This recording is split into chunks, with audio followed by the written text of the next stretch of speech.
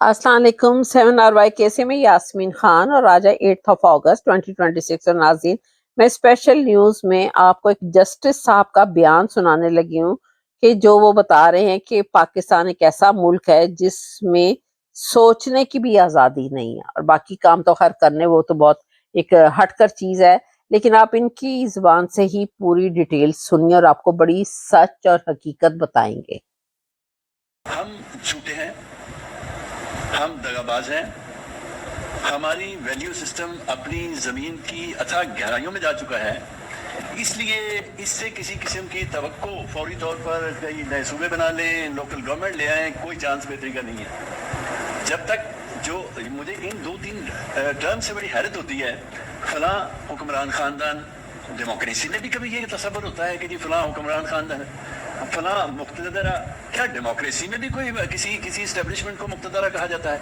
तो जब तक ये लोग अपने अपने ऑर्बिट में नहीं जाते, और ये अब नहीं जाएंगे इसलिए कि इस मुल्क के वसाइल कम होते जा रहे हैं, इनकी ख्वाहिशात बढ़ती चली जा रही हैं, तो इस बात के ये इनको काकरोच मानने को भी तैयार नहीं है। मजे की बात ये है कि उन्होंने इंडिया वालों ने तो खुद को काकरोच से आइडेंटिफाई किया, एक सिम्बॉलिकली किया कि हमारी हैसियत ये है, मगर उन्होंने एक डेमोक्रेटिक सिस्टम के अंदर डेमोन्स्ट्रेशन करने के बाद अपनी एक बात को मनवाया। यहाँ तो आज़ादी से सोचने की इजाज़त नहीं है। हालांकि आप किसी से शेयर नहीं कर रहे, आपको सोचने की इजाज़त नहीं है, आपको किसी से शेयर करने की इजाज़त नहीं है। जिस मुल्क में आज़ादी से सोचने की इजाज़त ना हो, जिसमें मुल्क में आज़ादी से बात करने की इजाज़त ना हो, वो मुल्क किसी कीमत पे तरक्की नहीं कर सकता। ये आफाकी उसूल हैं। आप दुनिया भर के जो मुल्क हैं, जिस मुल्क ने तरक्की की है, अगर उन्होंने किसी उसूल को पर आधारित होकर तरक्की की है तो हमें भी उसी पर जाना पड़ेगा। हमारा कोई अलहदा से खिता अगर हम ये समझते हैं कि हम किसी के कहने पर ये क्या असेंबलियाँ 15 दिनों में 5 दिनों में इतनी बड़ी अमेंडमेंट्स होती हैं, क्या वज़ीरे कानून को भी नहीं पता होना चाहिए कि क्या अमेंडमेंट इंट्रोड्यूस हो रही है? क्या इस पाकिस्तान की अदलिया जो है वो उसको इस हद तक सब्जुगेट होना चाहिए था? क्या पंजाब के अंदर हर रोज़ हाफ फ्राई और फुल फ्राई की जो टर्म चल रही है वो हज़ारों लोग कत्ल हो गए? ये गुड गवर्नेंस है? ये क्या हो रहा है इस मुल्क के साथ? क्या आप समझते हैं कि इस तरह से आप बहुत देर वक्त गुजार लेंगे?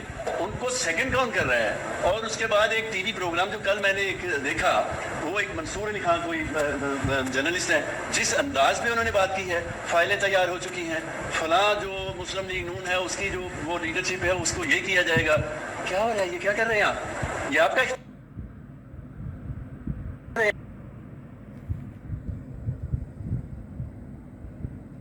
क्या हो रहा है? ये क्या कर रहे हैं आप? ये आपका इख्तियार है, ये आपके कहने पे सूबे बनने चाहिए।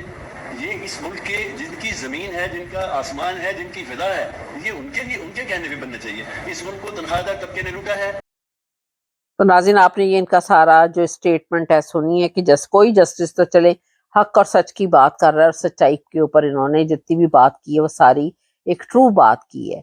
तो नाज़रीन, उन्होंने साफ बताया कि पाकिस्तान वैसे तो डेमोक्रेटिक कंट्री कहलाता है, लेकिन यहाँ पर तो इंसान को सोचने की भी आज़ादी नहीं है।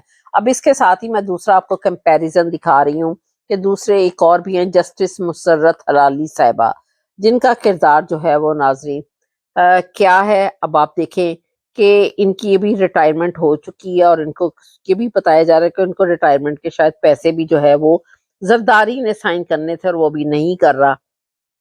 तो नाज़रीन, ये इनके सिलसिले में भी एक आपको मैं क्लिप सुनाने लगी हूँ, दिखाने लगी हूँ, तो ये देखें कि इनका किरदार जो है वो पाकिस्तान के लिए किस तरह कर रहा है और दोनों को आप डिफरेंस देखें, पहले वाले जस्टिस का भी और अभी जस्टिस मुसर्रत हलाली साहिबा का भी।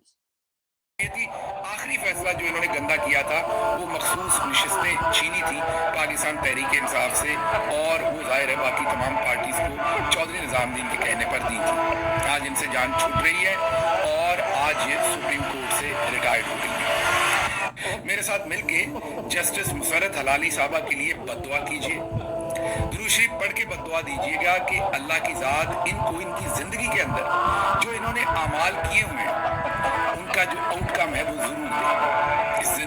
अल्लाह इनकी लंबी ज़िंदगी दे और जो इनकी लंबी ज़िंदगी हो वो दूसरे ऐसे तमाम लोगों के लिए एक इबरत का निशान हो जो लोग ऐसे फैसले करते हैं, क्योंकि इन्होंने बहुत सारे मासूमों के साथ बहुत ही ज़्यादा जुल्म किया। पुरअमन लोग जो पुरअमन शहरी हैं वो और तो कुछ भी नहीं कर सकते, जाहिर है बद्दुआ तो दे सकते हैं, अपने रब से तो दुआ कर सकते हैं कि ऐसे लोगों का ऐसा एहतसाब साहब अल्लाह की ज़ात करे कि आने वाली पीढ़ियों में जो इस तरीके के हलाली हों और जो असल में हरामी फैसले कर रहे हों, वो करने से पहले सोचें कि उसके बाद इंसान के साथ ये होता है। तो पहली खबर तो ये थी, आखिरी फैसला जो इन्होंने गंदा किया था वो मखसूस नशिस्तें छीनी थी पाकिस्तान तहरीक इंसाफ से, और वो जाहिर है बाकी तमाम पार्टीज को चौधरी निजामुद्दीन के कहने पर दी थी।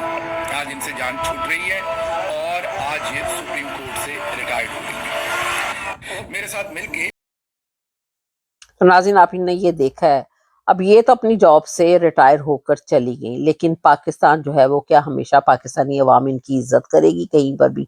नहीं, ये नहीं हो सकता, क्योंकि ये जो अपना किरदार पाकिस्तानी अवाम के लिए, पाकिस्तान के अहम लीडर के लिए, उनके जो है जमात के लिए, पीटीआई के लिए सारा कुछ जो कर कर गई हैं, तो नाज़रीन कहीं पर भी कोई भी जो है वो इनकी कहीं भी रिस्पेक्ट नहीं करेगा। और अभी जो है ये फिलहाल धक्के खाएंगी अपनी सिर्फ रिटायरमेंट के पैसे ही लेने के लिए।